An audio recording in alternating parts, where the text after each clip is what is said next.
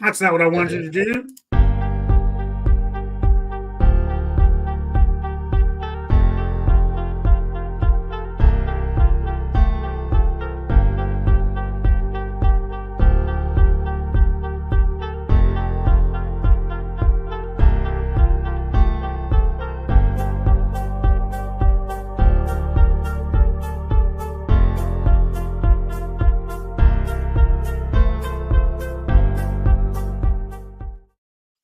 Welcome to another episode of Queer in Present Danger. My name is JB. I am one of your three hosts. We'll call ourselves the Unholy Trinity. Why? Because we're a well-oiled machine. Well-oiled machine. That's right. My name is JB. I'm here with these two lovely co-hosts. Mr. Tyler, how are you doing?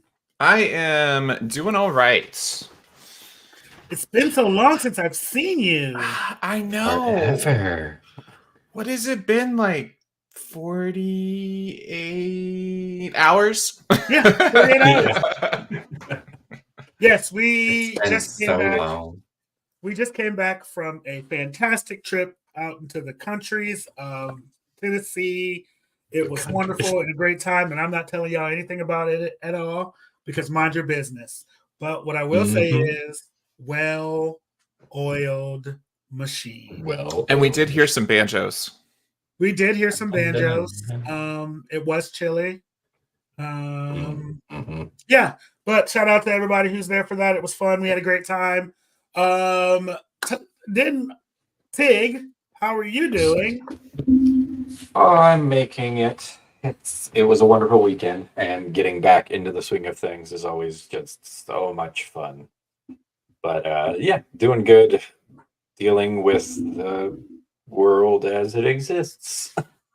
I completely understand. One of the things that we did this week during our trip, because we did it as a road trip, guys, we got to play this fantastic game and get really into our feelings.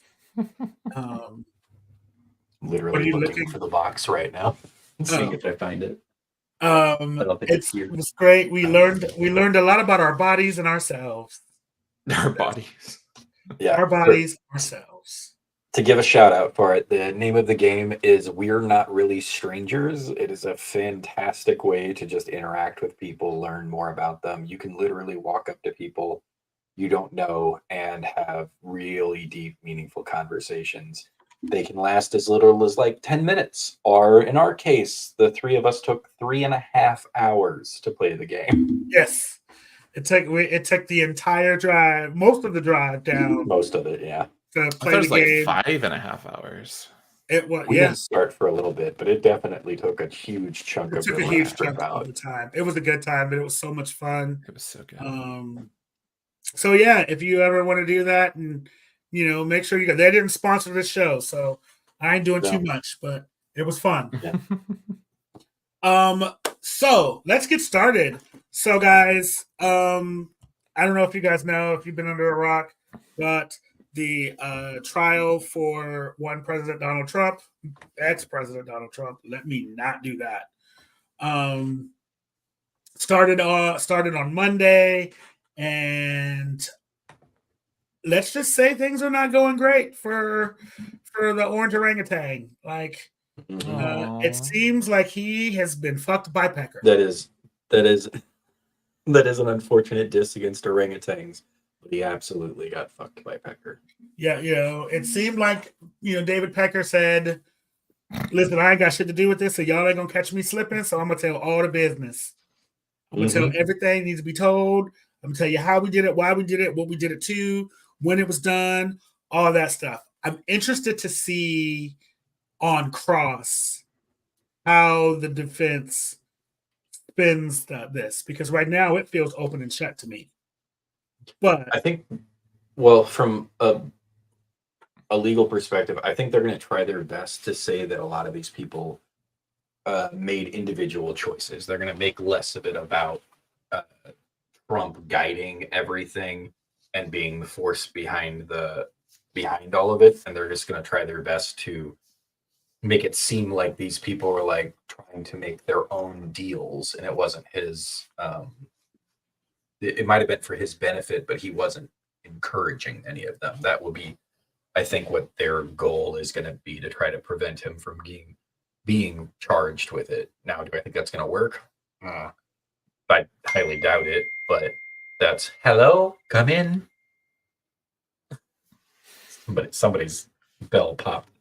But that's what I expect. I expect them to try to find a way to make it less his responsibility and more everybody else had some personal involvement in it. Yeah, I think that's how they're going to do it. Well, it's weird because there are two different I think they are like they're two different explanations or two different defense strategies. One that the lawyers are saying, and the other is what Donald Trump is saying. The lawyers are saying, oh, he did this, these payments weren't about the election. They were about like not wanting Melania to know. I'm waiting to hear what you think Donald Trump's defense is. It's not really a defense. His is just, fuck you people, I'm better than you. Well, Donald Trump's defense has been, this never happened. Yeah. Well, I mean, that is his fallback. This is a sham trial. It is a witch hunt. Blah blah blah. It's his normal defense. Right. It's his normal defense, but he also says like I never had sex with this woman. Blah blah blah.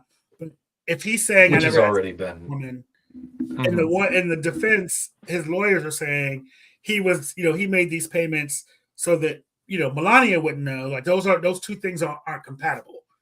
Yeah. Yeah, and that's not following. Yeah, I think it's interesting to see how that shakes out, and as a juror, how you make sense of that. Because if he's saying it doesn't, I didn't do this, and his defense lawyers are saying, oh well, he did it, but he did it because he didn't want his wife to find out, then like somebody's lying. Yeah. That'll be what they have to work out. Well, in these scumbags, they always use plausible deniability as a defense for everything. It's always that conversation of, I'm not going to tell you to do X, Y, or Z. But I need you to do X, Y, and Z. Yeah. Well, isn't one of the it's ridiculous. Isn't one of the people that's going to be testifying? Isn't it Cohen? Didn't Cohen? Michael Cohen is testifying. Record I know, but didn't he record the conversation where it was basically said, "Do this"? No, the person who there wasn't a recording. They took notes, and it was actually one of his lawyers took detailed notes. That's what it was about conversations. And I don't think it's in this trial in particular. I think it's actually in the Mar-a-Lago case. Okay. Which trying to remember which one that was. There's so many of them. You got to remember. It's hard to figure there's out. Like 5 or 6 trials, and there's 91 counts that he's 91 facing counts, right now. But yeah, like so. But yeah, that one, the lawyer, I think it's John Eastman, took like notes of their conversations. Which, as a lawyer, yes, they do that at some. But these are like, I told him this is a bad idea. I told him don't do this. I told him, that this is going to be worse for you if you just give them this stuff back. So like, it is to me. I think when we look back on this in like say 30 years, when I'm old and gray, it will be, this should be a lesson on how not to commit crimes. Yeah. Like, if you're like, I'm not even going to say don't commit crimes, but if you're going to commit crimes, don't do them the Donald Trump way. Because, and that idea of like Teflon Don, nothing ever sticks to him, is starting to fall away. Yeah. Like it is, and you can like a real Teflon pan. It slowly stops working that way. Yeah. Facts. So I find it really, I'm interested to see what happens in this. Meanwhile, back on the other, back in Washington, the Republicans are eating each other alive. Mm-hmm. Like it's fantastic. to see. with fava beans and a nice Chianti. Yeah. It's interesting to watch. They actually compared it to Lord of the Flies. Yeah. Yes, that has been used multiple times. And I was going to say there was actually somebody, I don't remember which representative it was, who basically called, I think, Gates it's like Kick Rock's Tubby to Matt Gates, and said, and whenever they asked him about it, he said he's a bully. He named off 3 or 4 other people of the far right MAGA group, and essentially said that they're bullies. That's all they are. And eventually the bullies get pushed back against. And that's what we're seeing. We're seeing that enough of these people who have been, now let's not be wrong, everybody in Congress pretty much is a career politician. They just want to get reelected. But they're seeing what's happening with the far right and essentially seeing how it's ruining the party. So the response is finally, you know what? We're going to push back against this and stop you from ruining us. Because, I mean, they want to get reelected, but they also don't want to see the Republican Party as a whole fall apart, because they aren't going to have they aren't going to have anything to do. They're not going to get the support that they need, right, to be able to win in November. And you know what I also find funny is that they're referencing a banned book. I didn't even think about it. The irony was not lost on me. all the little Republican families' kids are going, "What's that?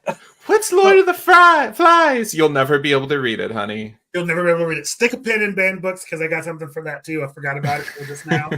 But like, it's interesting. So Kevin McCarthy, former House Speaker, basically just got up and said, "Listen, here's the deal. I didn't lose because I was a bad speaker. I lost because Matt Gaetz slept with a 17-year-old, allegedly." We can say allegedly. He didn't. That's the part. I'm saying allegedly. To me, we are the queer and present danger is using our legal protection to say allegedly, because Gaetz is a bitch. Kevin McCarthy said he didn't say all that. He said, "I said what I said." Yeah. And so we gonna let him do that over there. But and now we have Marjorie Taylor Greene. Once again, the fact that Marjorie Taylor Greene and Tig was like, "Oh God, here we go," because clown. So I have a slight redirect. I have something that is bothering me about this whole thing. Okay, where's QAnon? I mean, weren't they the ones that were saying that there were pedophiles in the White House? If you say QAnon, they'll come up, they'll show up, and we don't need that. Yeah. They'll pop out of the fucking weeds again. They're like, it's like Candyman and Bloody Mary. You're not wrong, though. They 100% were like, Congress is full of pedophiles. We know most of them are Republican. Bingo! But it's what I find interesting about it is, like, you have these MAGA Republicans who have hijacked this party. And I will say, I actually will go far back and say, again, all of this happened because of Newt Gingrich. He was the match that lit this shit on fire. But they have hijacked this party and have made it so, and you said this earlier in our, in one of our private conversations, they've made it so like they don't want to do anything as long as someone else is as long as the Democrats are in power, because it makes the Democrats look good.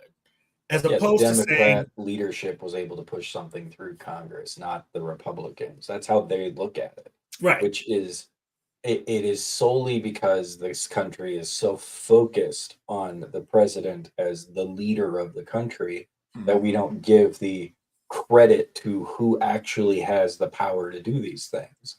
The president doesn't sign laws. Well, he does sign laws, but he doesn't pass the laws. and his veto can be overturned by Congress. That's the whole point.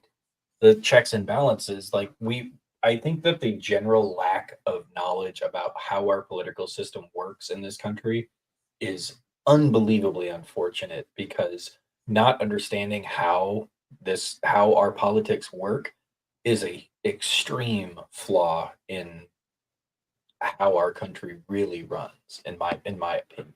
We're all required to take civics class by the time we reach high school. So we're supposed to know about all of this. Yeah, about that. Mm-hmm. Yeah. Yeah. You're not expected to pass it with an A. Right, about that. Yeah. And you're not even expected to about really how learn. many You're people not actually expected to pay teach it the way that attention it to actually it. goes either. Well, and then if you actually look at most of the civics classes, I mean, I'll jump on that one because I have a big problem with how people teach politics as far as civics go. Civics classes very rarely actually work in and make you understand anything about it. I mean, they go by the best example I have is you can go back to Schoolhouse Rock and learn more about how things work than you will in civics class, because they focus on so many other things that you don't actually learn a thing about it. So don't get me started. I'll get upset. You were started. That's what we did. We got you started. Yeah, but I'll keep us down this fucking rabbit hole for like next 2 hours. Like I took numerous. I probably could have easily gotten a minor in political science because I'm so fascinated by it. But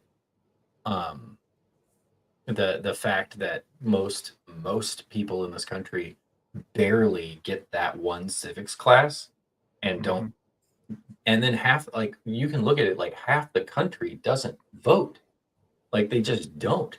Yeah. So, and there's zero encouragement for it, there's zero requirement for it, there's zero incentive for it to care about your politics. The only time people care about it is whenever they get enough of the echo in their chamber to be like, I'm gonna go vote for my party. What do you even know what your fucking party stands for? No. That's what they stand for is irrelevant. And so to that point, and speaking about not knowing what they stand for, and this also goes back to you, JB, when you were talking about how USO's Newt Gingrich is actually around Romney time. But the Republican Party still has and has for I couldn't even tell you when, had this idea and had this concept and had this rhetoric of toe the party line. Yep. You absolutely cannot step out of turn. You can't challenge anyone. You can't do anything like that. You have to basically worship whoever is appointed as the party leader and the people that get various different Congress positions or whatever. No one from the same party is allowed to challenge them. Yep. Yeah, the Republican Party is super hierarchical in how it looks and works. They even have like these programs called the Young Republicans, where basically they indoctrinate them into their hierarchy. Yep. And those go on to be the delegates for national conventions and things. Well, and I also think that for like the reason I say Newt Gingrich is because Newt Gingrich is the person who made obstruction the name of the game when it comes to the Republican Party. Don't give them an inch. Don't there is no cooperation. There is no concessions.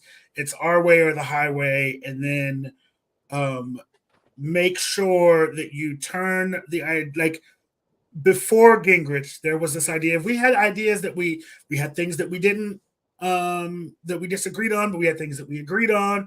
And so we make sure that we work on the things we agree on and the things that we disagree on, we come to a compromise. And Newt Gingrich came in and threw all that shit out the window. And doing that, and also villainize the opposition. Make it so that these aren't people who I just have a difference of ideology on it. Make it so that these are people who, want to indoctrinate your children. These are people who want to, turn this into a, that's where the term vast left wing conspiracy that comes from Newt Gingrich. And it is to me, like, it is the reason why we are where we are now. Like, you can trace a through line to Newt Gingrich, especially the idea of using C-SPAN, because at the time when he first came onto Congress, C-SPAN was like, very brand new, and he would do things like go into the chambers when the chambers was empty and hold a press conference and make it seem like he was talking to a full assembly and no one was there, but he was saying all of these terrible, horrible shit, and people were eating it up because he's giving it to a new reality show. It was. That's what it was. He treated it like a reality show, and the harm that man has done to the country, I think, will never, ever, ever really be, investigated. I listened to, this was maybe a year ago. I listened to Steve Kornacki, my tall, he's my tall gay husband. He did an interview with Newt Gingrich.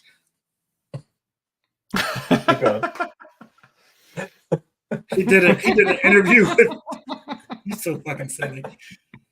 He did an interview with Newt Gingrich in which basically Newt Gingrich pushed him on this stuff, and he got he's like, I didn't do what did he say? Like, none of that was my. If the Democrats would just do what I said, then we wouldn't have been in this.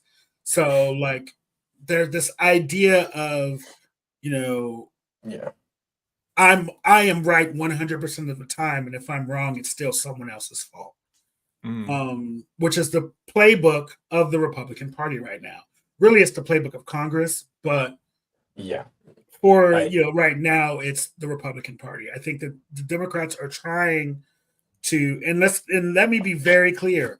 I don't trust none of these motherfuckers. I'm gonna be real with you.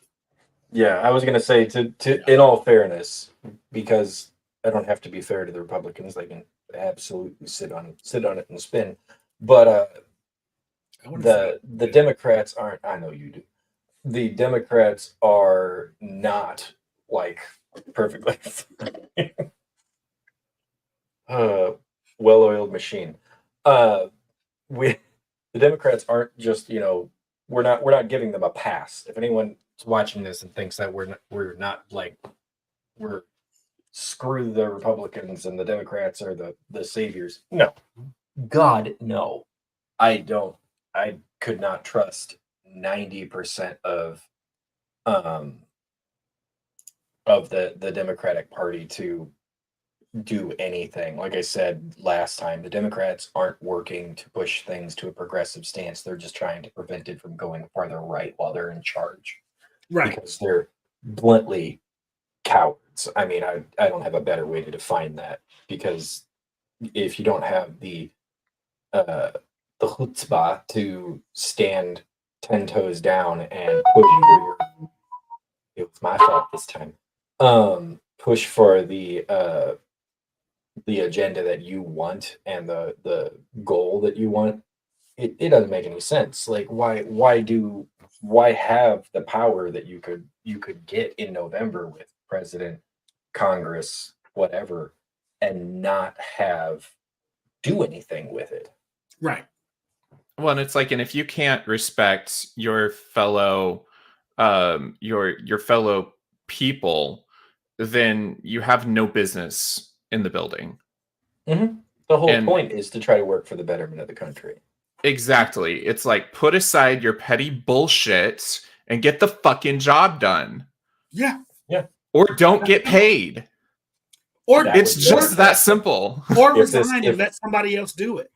Oh, yeah, I'd be happier with that. But I mean, I would also love the idea that you get paid based upon how well you get things done, which means most of this Congress is going to be having Bro. some payback. Bro, I mean, let's be honest. So They gonna be like some no broke child bitches. left behind for Congress. Oh God, yes. Oh fuck yeah, reap what you sow, you sons of bitches. We're gonna give you report cards like the fucking kindergartners, like you are. Oh God, yeah. That's what we should fucking do. We should Yes. absolutely let everybody in their thing rate them on how well they did, and they only get paid if they get B's or higher. Yeah. That's it. And not only pay, health insurance. Yeah. Benefits. Ah, baby. Tell me more. Listen, tell me more. Tell me about them losing health insurance. If you only work part-time, you get treated like a part-time employee. Oh God, yeah. I mean, the fact that they get what they get and they don't. For anyone who doesn't know, Congress doesn't have to deal with any fucking healthcare stuff. no, They other top of the line shit, and they don't deal with anything they pass for you. None of them deal with anything they pass for you. They're above that. We're above that. We don't do that. It's basically an aristocracy. Oh, 100%. So, moving on, because I'm trying to keep it a tight hour today, but we'll see what happens. Yeah, we'll see. So it's us. The FTC did yesterday voted to ban non-compete contracts in employment, which I personally think is amazing. Oh yeah, because if say I work at a company and there are only two of my job companies that have my job title or something that I do in it, and one of them has a non-compete, I'm stuck in that company regardless of how they treat me because I can't go anywhere else and utilize my skill set. And now I get to with this, I think it's like 90 days or something like that before it takes effect. But now I will be able to go. So essentially they said, not only can you not do this anymore, but you also can't, it's also retroactive. So all those people that had non-complete clauses in their employment, those are now null and void. Now it's going to go through all kinds of processes. There's already companies saying that they're going to sue, and that this I watched one thing earlier today, and there was a business owner that was like, if the government thinks that they know best for our businesses and our and want to take the power away from us, then then we need to sue and remind them that we are the ones in charge or some shit like that. It's crazy, but to me, it was I take it to these are the same people that also, champion right to work and are anti-union and all of those things. So I find it so interesting, the cognitive dissonance of these people. And listen, we all have some form of cognitive dissonance. We all have something that we're this is great for us, but not great for, we all have that. But to me, this idea of what's good for the goose is good for the gander. This puts the power back into the hands of the employees and says, you now have to work for, what becomes what can you do for me to have my talent with you, as opposed to, because that's how it should be. Well, yeah, and we've been in a system since the early 80s, late 70s that has just been corporatocracy over and over getting shoved down on people. And it's the perfect example of why corporations, especially higher up corporations, just draining their workers until they don't want to work there anymore. But with the non-compete clause, you can't work somewhere else, or you can't work in that same field. So it makes it be a little bit more free for people to go find that best employment for them. And it hopefully it'll be a positive change, and it'll hopefully continue that way to where people can actually be it can be the people can get more out of it than the jobs or than the corporations.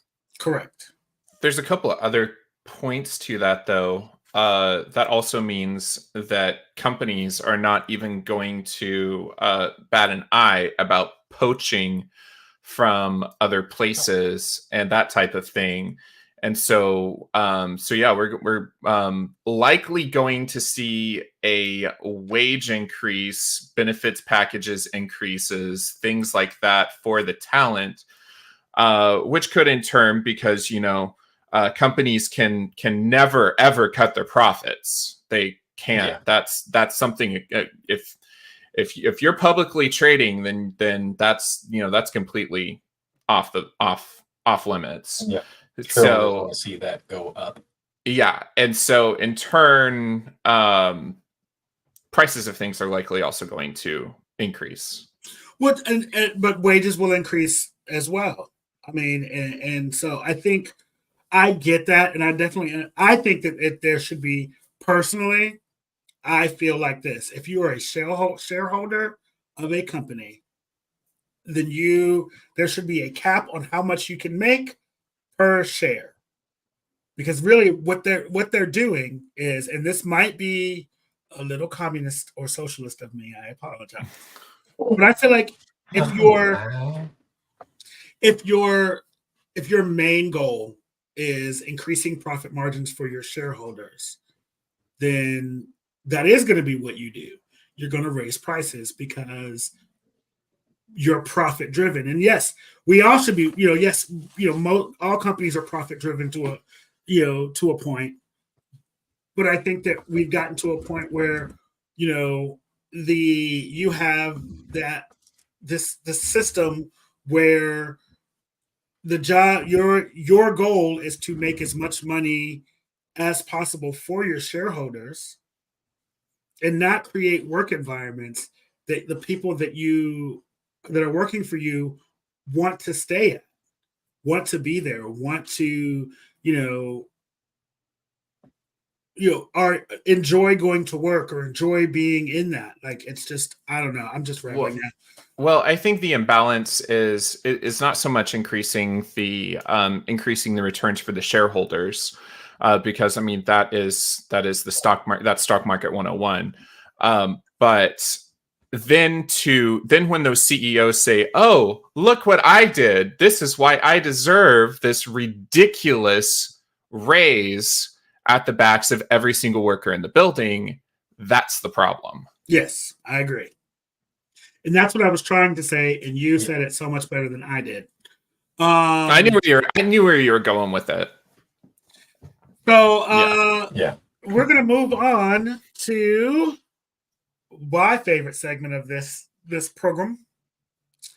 It is the time where we sit down and have a little school, where we are educated by our favorite professor, Professor Tig. Professor Tig explains. Professor! Yes, class. Can you talk to us about the Electoral College and voting? Well, I'd love to. Because, as I was saying before, no one fucking knows how this shit works. So, trying to keep it a little bit more fun than just a dry lecture with someone standing up here and telling you what I have prepared. I'm just going to break it down as simply as I can. Jason, Tyler, do your votes matter? My daddy says that votes don't matter, and that's why he hasn't voted. He was also a felon, so he couldn't actually vote. Well, that's a different problem. But I have my own concerns about that, and maybe we'll talk about that in a future episode from Professor Tig. But I mean, the simple answer is your votes in the way that we have our electoral college system set up don't really matter. What I mean by that is we are a representative democracy, and what that boils down to, what's a representative democracy? Well, first thing we're going to do is have the English teacher work with you and your mother to get your speech sorted out. But next, we're Whose votes is it anyway? yeah. So the way it works is your vote, especially for the president, doesn't actually elect the president. You elect an electoral representative who gets sent to go and more or less choose your person. And how that works is a little bit different from state to state. It used to all be the same, but some states are trying something new. And what it worked as is if 100 people went out to vote and 49 of them were like, fuck that guy, fuck him in particular, I want this guy. But the other 51 were like, no, my guy's an idiot, but I like him. That guy's just a pedophile, Matt Gates. So what Allegedly. Allegedly.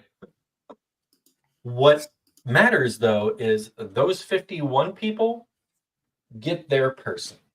It's a winner takes all system. So if you didn't cross the line first, you don't have a representative. Good luck. That's the way our system is more or less set up in most of the states. Not all of them. I believe there's 3 or 4 that are either broken up so that individual areas, their individual representatives can be elected for their individual places, or they have what is called ranked choice voting. Several states are trying that now, and I'll get into that in a second. But what it more or less boils down to is an individual person's vote. All it does is tell that state's electorates who they should go vote for.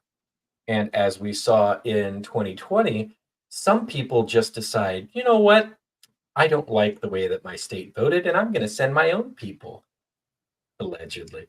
Well, I'm not even going to say allegedly, because legally I have backing by a video that shows the electorals that were sent with the non-elected people going to the Congress and trying to say that our vote was for whoever the heck they wanted, Donald Trump, versus who they actually sent and who actually won the election, which was Joe Biden.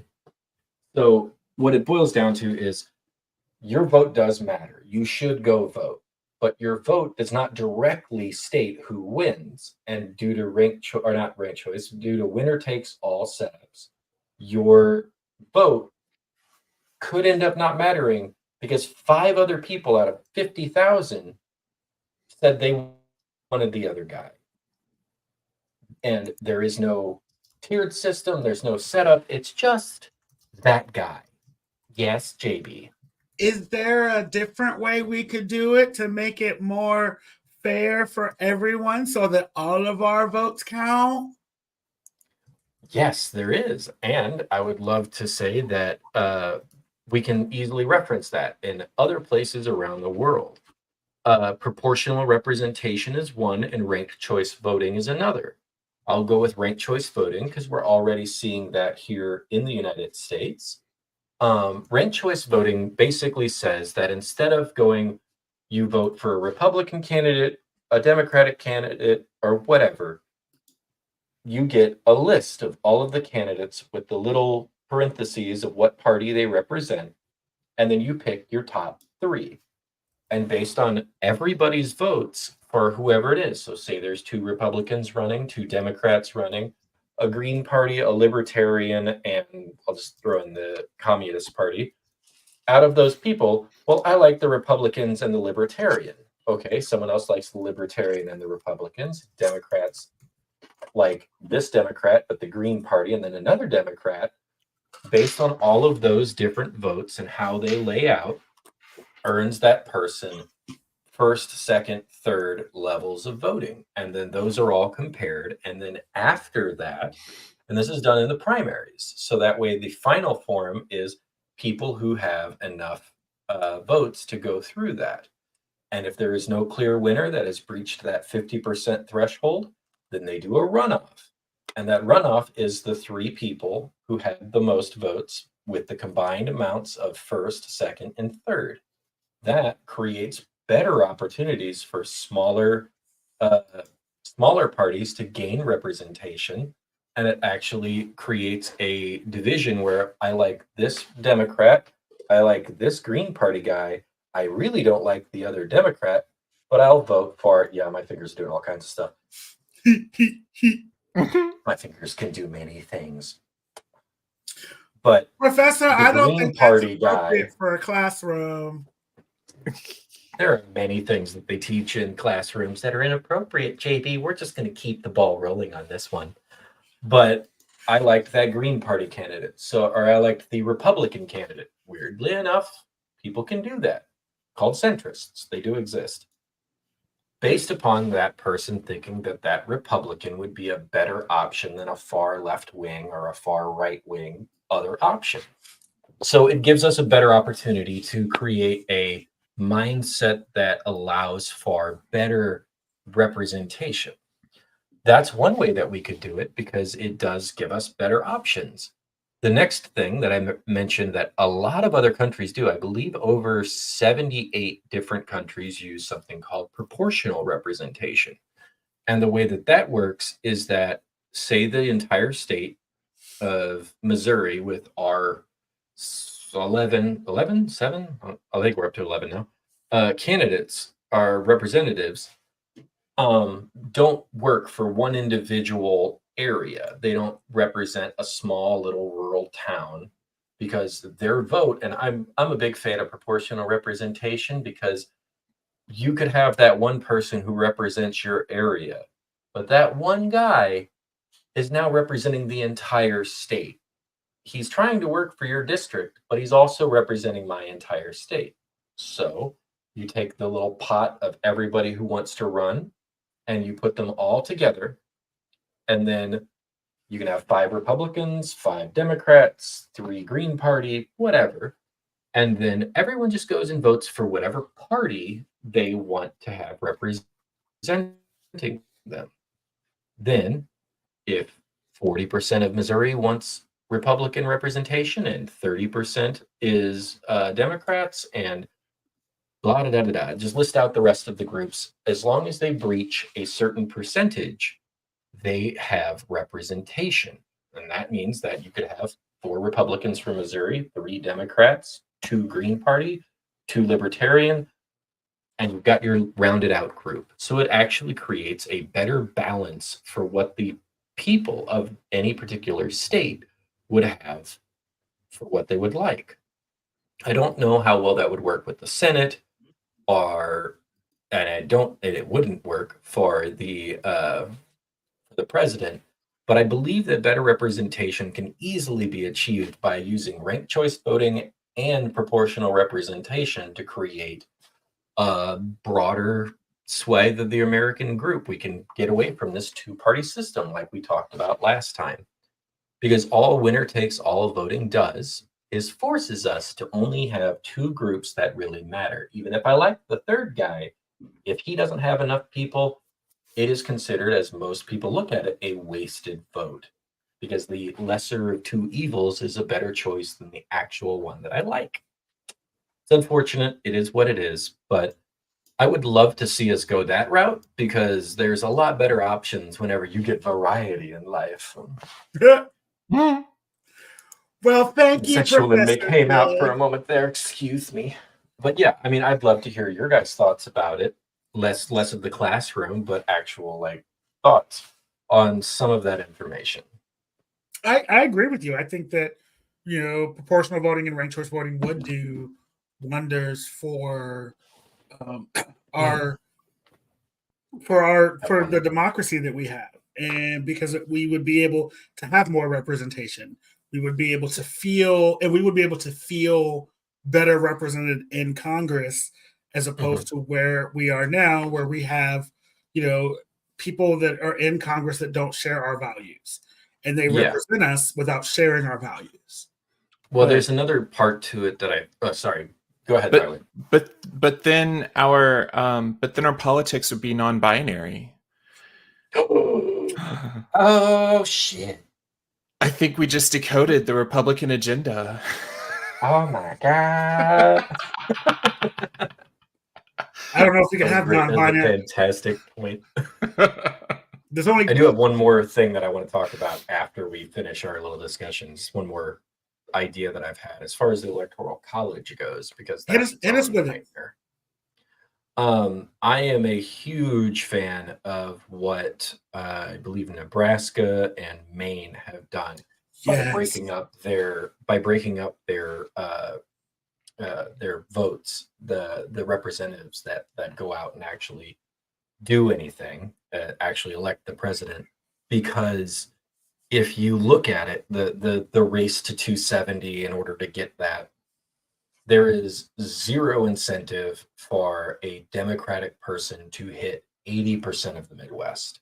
There is zero incentive for a Republican to hit either the East Coast or the West Coast in anything but maybe Pennsylvania, maybe Ohio, Florida, and Your swing states. whatever. So they just pander the ones to the that have a swingers. chance to it. Essentially, the only ones that matter, and Missouri used to be one of these back in like 2000, 2004, maybe Miss Claire 2000, McCaskill so bad. 2008. Yeah. But they used to be one that people actually cared about. And I do mean that people running for president don't care. I'll name you: Wyoming, Montana, Idaho, North Dakota, Hoorah! South Dakota, Kansas, Nebraska, Oklahoma. Yeah. Even Texas is starting to fall back into a pretty strong Republican majority, despite the fact that it was starting to push more Democrat for a while there. Louisiana, Mississippi, Tennessee, Kentucky, Indiana. All the ones that ain't None of those matter. There is zero reason for a Democrat to give two fucks about you. On the alternative, California, Washington, Oregon, New York, New Jersey, Connecticut, Rhode Island, Massachusetts, all of the northeastern states, there is zero reason for a Republican to give two fucks about you, because you're going to vote Democrat. You're going to vote Republican. That's just what it is in their minds. And why waste their time on trying to jump to that one city that could get them that one vote whenever they're just going to go, the state's just going to go the other way. I mean, I live in fucking St. Louis.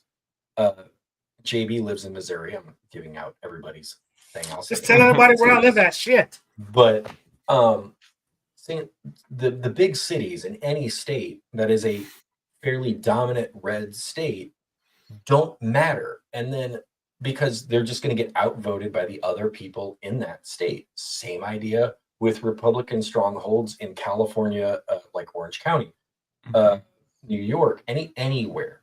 There is zero incentive for you to actually care about voting when your state's going to go to the other party.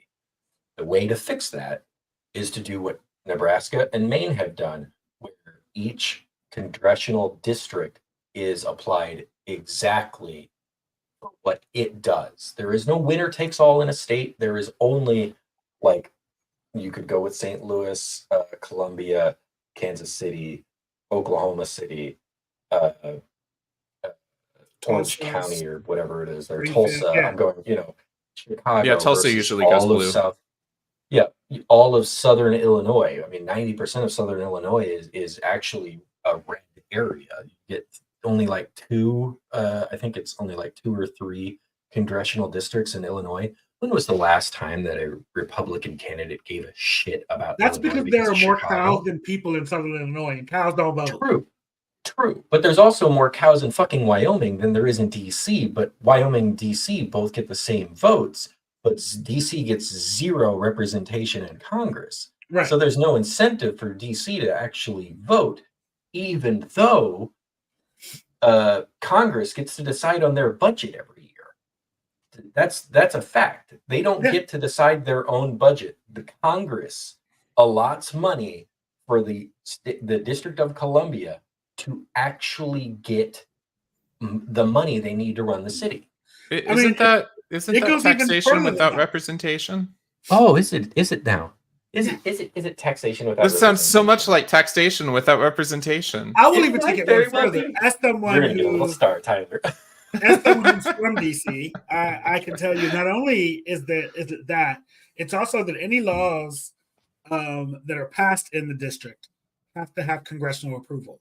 They get approved by Congress. Yeah, So they don't get to rule themselves. They are quite literally ruled by people from other areas. And it's insane to me that's a thing, but until somebody figures out how to make the District of Columbia be an actual representative area, make it a state. I don't know how that's going to work. I mean, I would love to have it be a state, but get that passed through whenever it's like trying to make the Vatican. Oh, wait, that is a state. Anyway, but yeah, going back to the point, I believe that splitting up every one of the 500 some odd, 535 votes to be the congressional spot, the 435, is absolutely makes more sense to have better representation by splitting them all up. Does that mean California's 57 or whatever the hell they have becomes 38 Democrat and 20 something Republican? Fantastic. The Because problem that with means that they run into care. is we'll never have a Democratic president again because of the amount of small rural areas districts. That so yes and I no. don't know. So the reason why I say yes and no is that, and that's usually the Democratic side of like, oh no, we can't do that because we'll never have a Democratic president. It actually has been looked at, and multiple people on the Republican side are actually more terrified of it because those there are 11 in Missouri. I think there's 11 votes in Missouri. Missouri would be 7 Republican and 2 Democrat for I think Kansas City and St. Louis, but In Columbia, so 3, and Springfield, so 4. I don't think each of those is their own thing. It would influence the area around it, but you have to remember that cities aren't one. They're usually, if it's a very big city, they're usually like 4 or 5. I mean, New York has what, like 6 representatives, 7 representatives for just the city of New York. Because it While goes one by of those might districts. go, yeah, well, one of those might go Republican. The other 6 are going to go Democrat. And Maine's another example. While they've elected Republican senators, or Nebraska is a better example because Nebraska, almost every year since they've instituted this, has had one Democrat be represented in Congress. So there is no guarantee that it could go one way or the other. I just feel like it would be a better representation if we did proportional representation. But for the presidency, you had a better chance at breaking that up because there's zero reason for someone to care about California right now if they're Republican. And there's very little to zero reason for any Democrat to care about literally the middle of the country. Because why go there? Yeah, why go there? Because my people are on the coasts, and the people that are in the Midwest, they don't vote Democrat. They do. I do. I vote Democrat. I'm in that area. Come fucking talk to me. When Obama came through Columbia while I was at Mizzou, it was one of the great moments in my life to see that person come to Missouri and have a damn good chance of winning in Missouri and cared enough to be here. There's a better incentive for the country as a whole to feel better represented if their votes in their districts actually matter. And that's where the problem comes in with winner takes all. So do I think it'd fix it? No. Do I think it matters? Yes. Okay. And on that note, we're going to move on to our next segment where we're going to do a little tag teaming.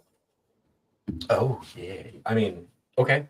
What are we tag teaming? State of the race with Tyler. So, Ty. Tyler. We're tag teaming Tyler. So, ooh. We looked up today. I don't know what to think. We looked up today and found on the YouTubes the best gay cities to live in both Missouri and Oklahoma.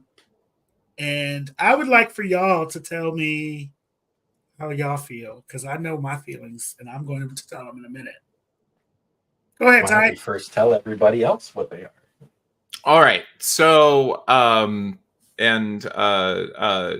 JB will post a link to the article or whatever, the video, whatever. Anyway, there was I don't even know the name of it or the things, but anyway, so I can't cite my source, but there were a couple of gay guys that were clearly not from the Midwest that are going through every state and sorry, was that shade?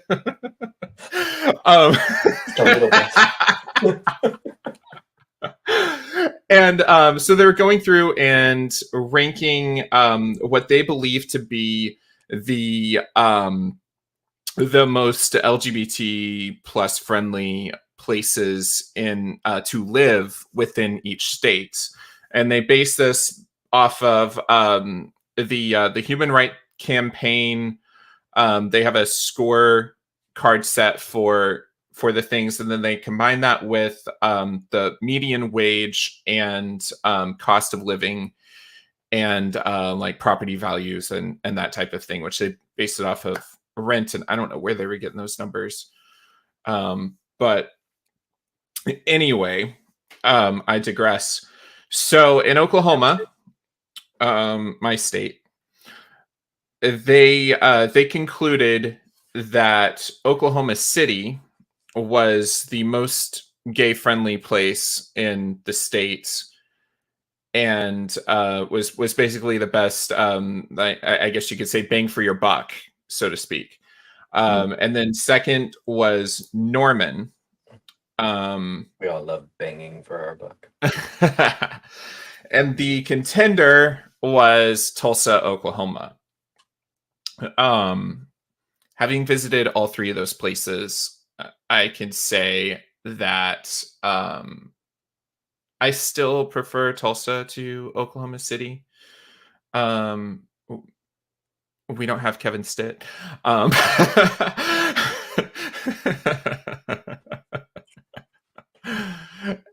get out an umbrella for whenever we throw shade. And we also have the Equality Center, which is one of the largest equality centers in the country. And we have the Gathering Place, which was voted one of the top 4 parks of the country.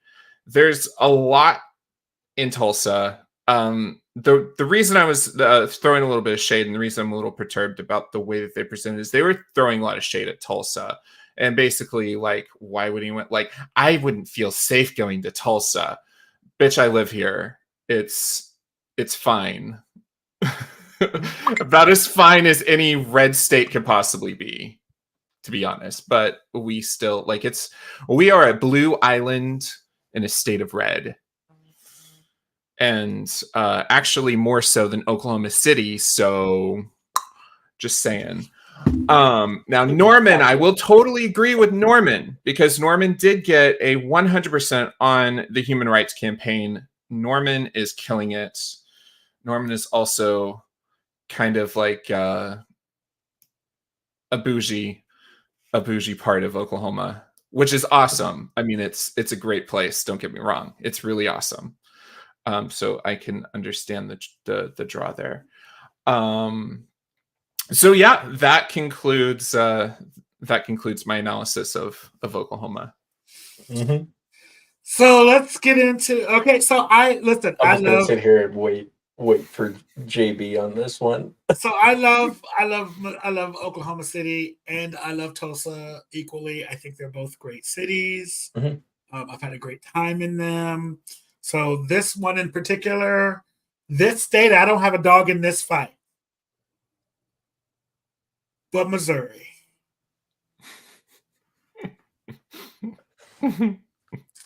So these two. What happens to be the rankings in Missouri? So these two homosexuals got on Beyonce's internet to tell us, not Beyonce's internet, that of the 3 queer cities that they had on their list,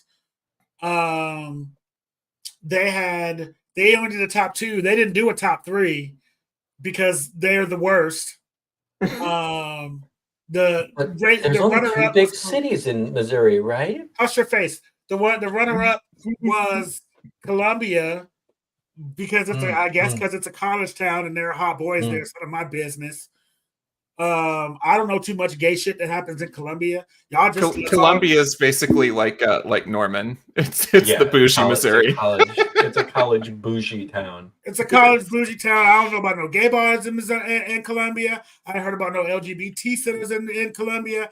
I ain't seen nothing. There ain't nothing. Ain't no leather clubs in Columbia. Ain't shit in Columbia, but Mizzou and the Katy Trail.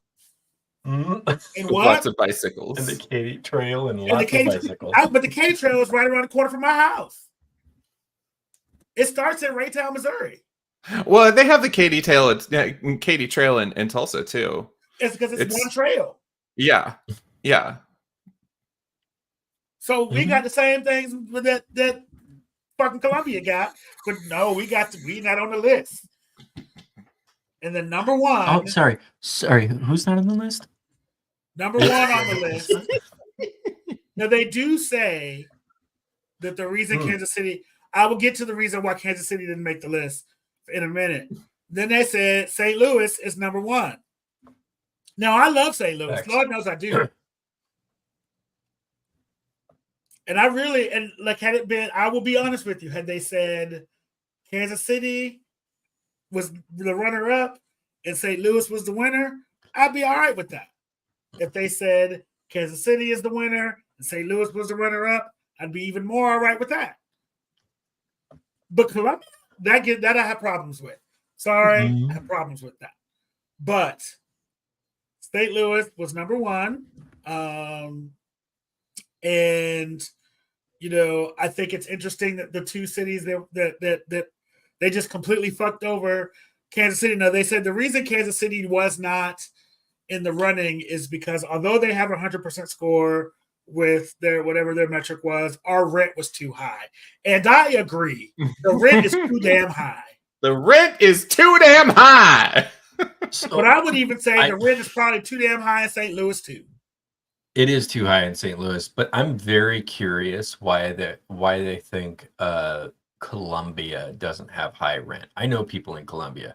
Columbia is a college town, and that means that the rent, because Mizzou fucking exploded in the last 10 years, they actually had to buy hotels to turn them into dorm rooms, which meant that people had they bought dorms, they bought hotels, they bought apartment complexes. They built apartment complexes so they could turn them into dorms.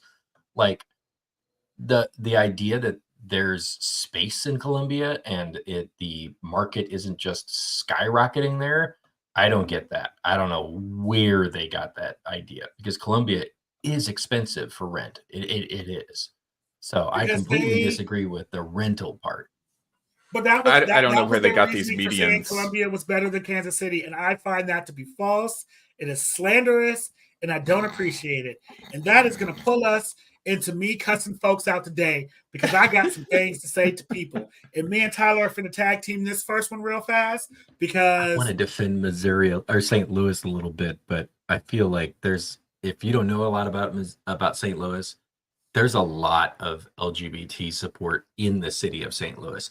The county can go fuck itself, but the city itself has a lot of LGBT history and a lot of LGBT events, museums, health support groups that exist from St. Louis. They have their offices here. There's a lot. So that's why I ain't got no smoke for St. Louis. I got smoke for Columbia, though. I agree. I can back that. So listen. But St. Louis wins. Don't do this to yourself, and don't do it to me either. So now, listen, I'm going to cut some folks out. It's time. I'm just building you up for it. It's time for some people to come to the altar. Come on to the altar. Come on. Let's see. State Senator, Oklahoma State Senator Tom Wood, please report to the front of the congregation. I ain't done. What'd you say? I said you didn't even do your intro. You're so fired up. I am. Also, because I don't want you to think we forgot about your bitch ass. Ryan Walters, please bring your ass to the front of the congregation. We got some things to say to you, and me and Tyler are going to do this together. We're going to start with State Senator Tom Woods. You, sir, come on, sit down. I want to know who the fuck you calling filth. Yeah. Yep. You ought to be ashamed of yourself. I don't have a problem with you voting your values. I don't. If you vote your values, that's fine, whatever. But what you're not going to do on today, tomorrow, or any other day that ends in Y, are you going to call a group of people filth? That makes you filth. You're a shitty human. You're a terrible person. Everything about you, first of all, you look like...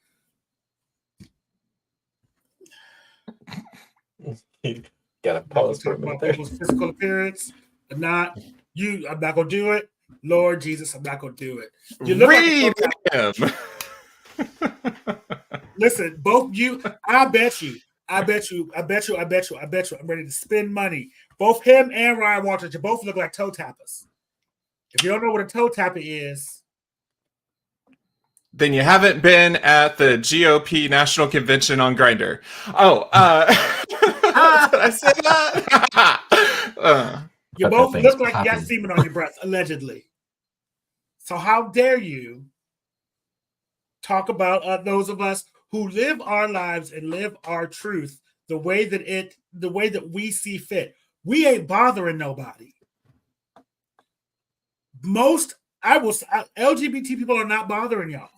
We want to be able to go to work, come home, eat our snacks, have some good old gay sex, and or not have gay sex and mind our business. Why don't you do the same thing? What is it so hard for you about living your life the way that you want to live your life and voting in a way that does no harm to other people around you? And then I keep forgetting this man's name because Ryan Walters, to have somebody in charge of education, you are someone who is responsible for the education of our children, and that which includes LGBT children. Let me break something down for y'all. Nothing that anyone is ever going to do is going to make your straight child gay. Never going to happen. By that same token, nothing that you can do is going to make your gay child straight. It's never going to happen. What you're going to do to those gay children is show them that you are not safe. They are not safe in their homes. They're not safe in schools. They're not safe on the playground. They're not safe anywhere. And when you take away a child's safety, you take away their ability to come into their own and become productive humans. So fuck y'all and everybody that live in y'all house. And if I see you two in a bathroom tapping your toes, I'm telling everybody. I'm telling your mama. I'm telling your grandmama. I'm telling everybody. Because you ought to be ashamed of yourself. I don't have a problem with homosexuals living in the closet. I don't. If you want to live in the closet, if that's where you feel comfortable, go for it and do that. I do have a problem, like Senator Lindsey Graham, allegedly. I don't know. Is that alleged? Yes, alleged still. Ah, damn. Being a homosexual, allegedly. And also voting and campaigning against the rights of your community. Now, I don't know whether these two homosexuals is actually homosexual, but one of them got a strong gay face. If you know what gay face is. I ain't got to tell y'all. You know what gay face is. And the other one looked like he take it in a booty for $7 at the swingers party. And that's all I'm going to say about that. Got one more thing. I got one more set of people to cut out. And this time, you know what, Ty? I didn't even let you get into it. You didn't even let me. This is was my fucking statement. I didn't even get a say. Go ahead, give it to him. Give it to him. Okay. See what you had to say. So first off, what the fuck was his name? Not The Walters, but Walters the one? other kind. I mean, the Tom other. Woods. Who? Tom Wood. Yeah, Tom Woods. Okay. So first of all, even if you're saying, even if you are not actually, or your excuse is not actually calling people filth, but the quote unquote gay agenda or prolification or whatever the fuck you want to call it, that's still not any better. Because just as what JB mentioned, you are still creating a culture where LGBT plus individuals do not feel safe in their schools, in their homes, in their environments, or in their lives. And then they end up taking them. And what you're not going to do is tell me what I can and cannot do with my own body. If he were to take 7 dicks, he could take 7 dicks. Now, Mr. Ryan Walters, Nex's blood is on your hands. Oof. It is on it. Let me tell you about my experience growing up in a small town in Oklahoma.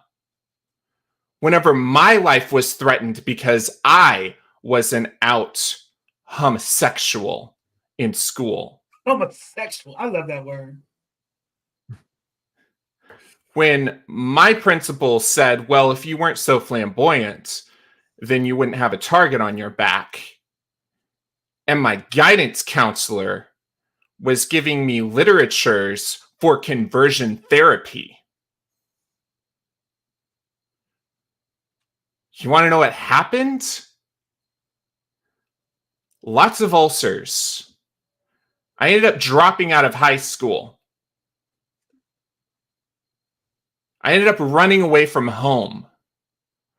I ended up in very unsafe situations because I thought I found someone that saw me. And I thought I was seen. I ended up becoming the prey of scumbags because I didn't have the education that you seem to think is so filthy, to not know how to protect myself and guard myself and live in this world where I was othered and I was disgraced and made to feel like nothing.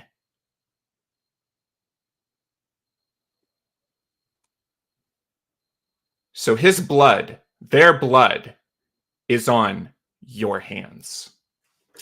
And it's what I think is most telling about that, and you telling your story, is how often you hear stories similar to that of people who have been taken advantage of because they were with people who did not know they're any good, that was not there for their good, but they didn't feel safe. I can tell the story about when I was sexually assaulted at 15 years old, and I didn't tell my family because I didn't feel safe in doing that. I didn't feel like I had someone I could go with because everything that we've been told is everything about who we are is wrong. And there you ought to you bumbleheaded tiddlyfuck are the reason that they feel that way. I don't know where tiddlyfuck came from. It just came out my mouth. Thank you for that.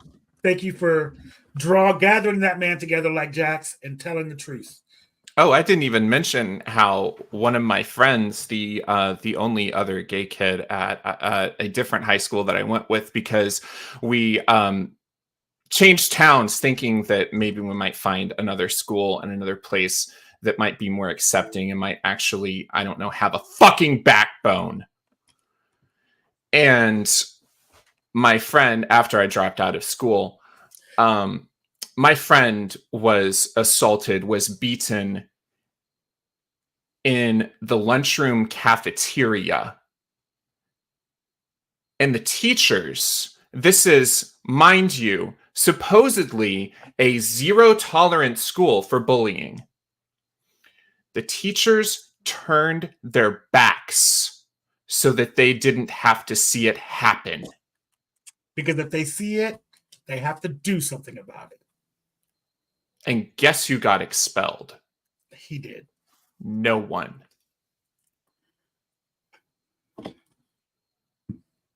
This is the culture. This is the environment.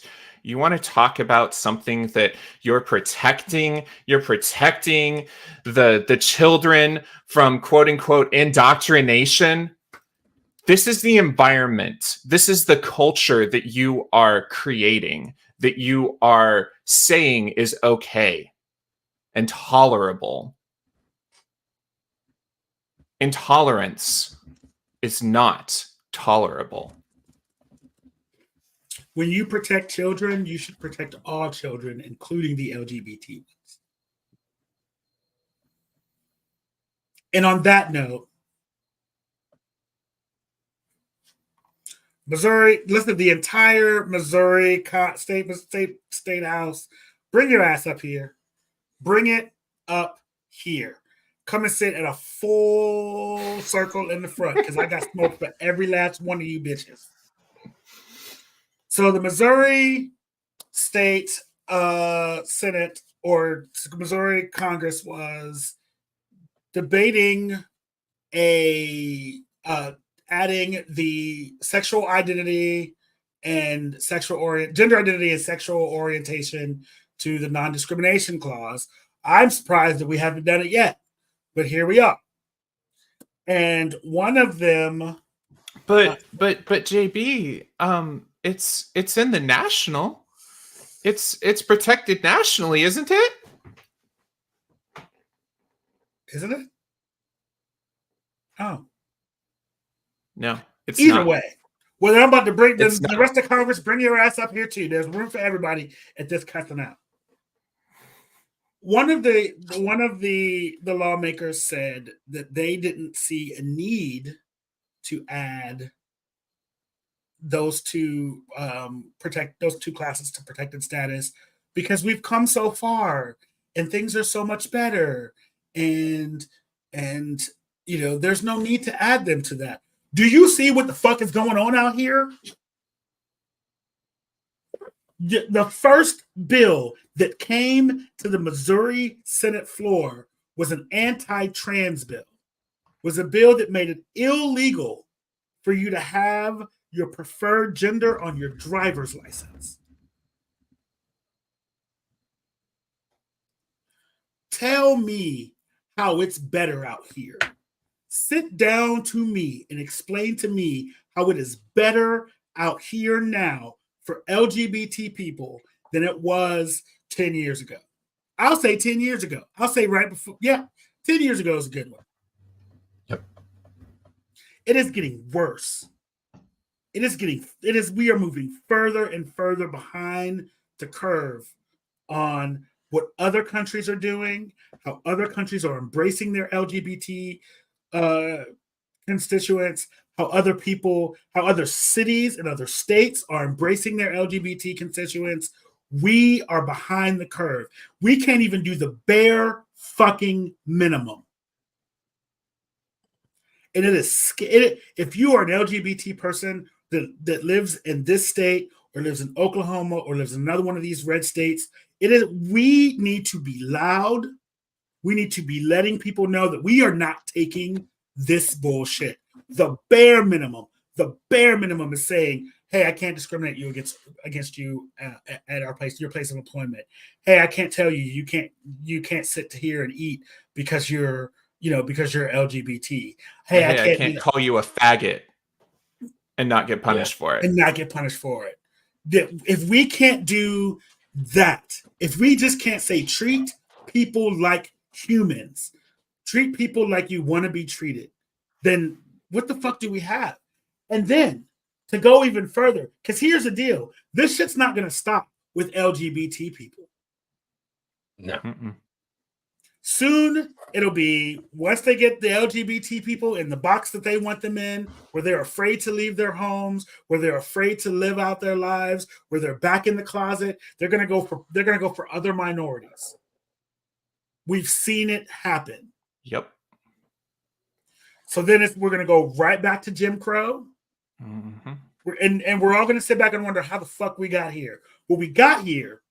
The reason we got here is because we decided that the LGBT people, the LGBTQ people, the Ligabigategas, are not important enough for us to stand up for their rights. And so we let them take them away. There's that old adage, I ain't gonna do it again, go for it again. It's just, we know what it is. But it's real, and that's where it comes from. And we need to do it now. Ty, Tig, you have something to say? Let them have it. I love the fact that most of this is coming from people who claim to be Christian and saying that it's something that's pushing, like it's against the values of Christianity. One of the core values of Christianity, because I was one for a long time, is treat others as you wish to be treated. Fucking bring it. If you think that me and my community deserve this kind of bullshit, this goes to every one of you motherfuckers in the house.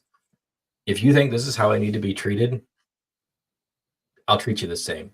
You are fucking dirt. If you think that we're going to take this lying down, you really, really need to understand how far this community is already pushed. And if you think you're going to push back, just wait. I mean, we're going to fucking come at you with everything we have. And I'm not saying violence. Let me go ahead and be clear about that, so I'm not dealing with that. We're not having a repeat of Ferguson now, okay? Yeah, it's like, I ain't JB. Don't worry, I'm not setting us up for lawsuits or some kind of fucking bullshit. Oh, that wasn't that. I was saying. No, I'm also saying it's like, don't get me wrong. You push it there. You pushed it there. Understand the response. You want to use police to keep people down? City of St. Louis, I'm gonna call you out with the fucking PD ramming a fucking car into an LGBT bar, and then you arrest the owners when you ran into it. That's a fantastic example. The police say meet force with force. You want to start forcing things? I'm allowed to defend myself. This is a right to carry state, and you approved that. And listen, I'll come at you politically. I can stop you that way. I'll do it that way. I'll do it that way first, because words should always be used first. But if you come at me, remember you passed laws that mean I can defend myself. Go ahead. I feel the need to interject here. Sorry. Yeah, in regards to this whole bill, it's like the one, and the argument, I'm sure, is going to be, well, we gave you gay marriage. Isn't that enough? Okay, if I can go and I can marry someone,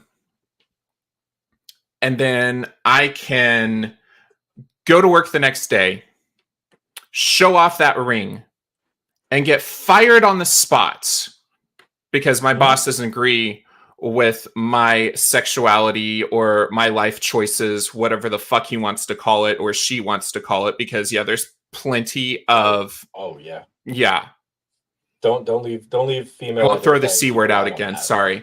Yeah. There's plenty of those. Copacabana? Like, how does that make sense? Yeah. Why?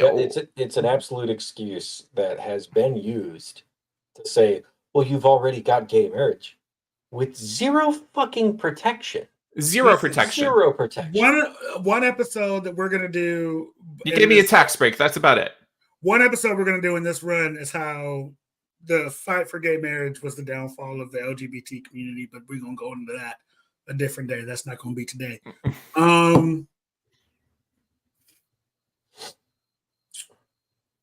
I once heard that violence is not the answer, but it is a answer, and it's a rather effective one.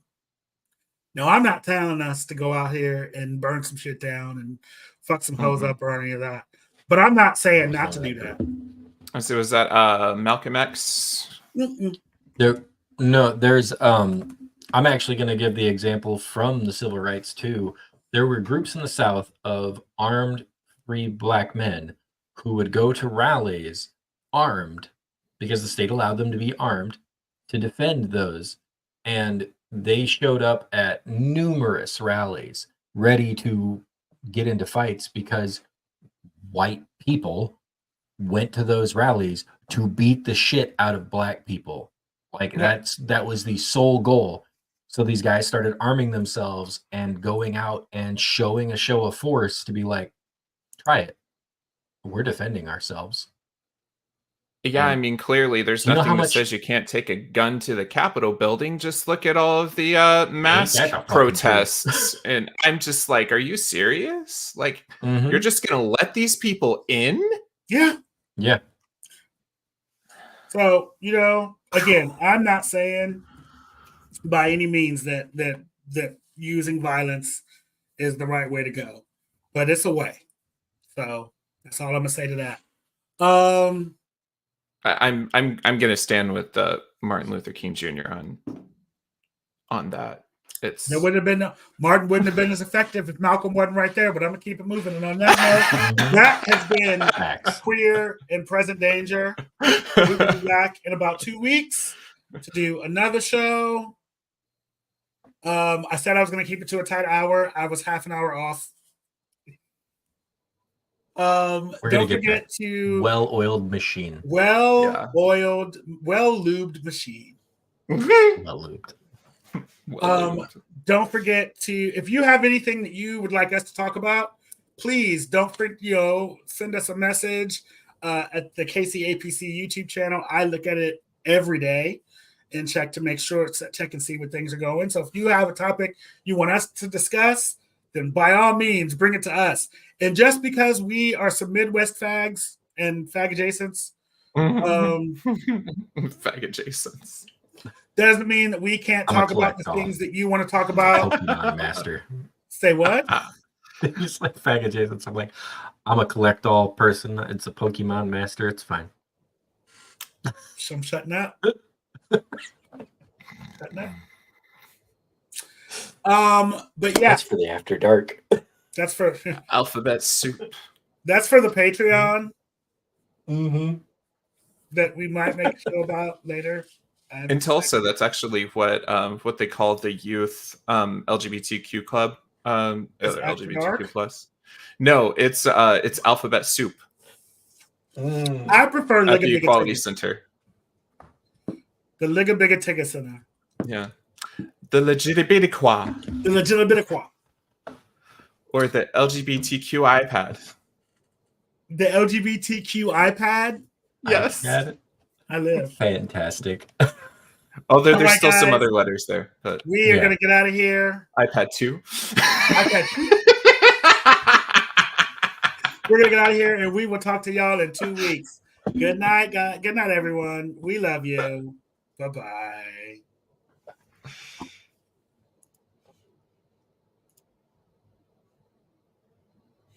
I love the fact that we're still live, and we're still live. We exist here, everybody. Still haven't passed it, and I'm not getting off. This is now, for some reason, he decided to take himself out and just leave the two of us to look at each other.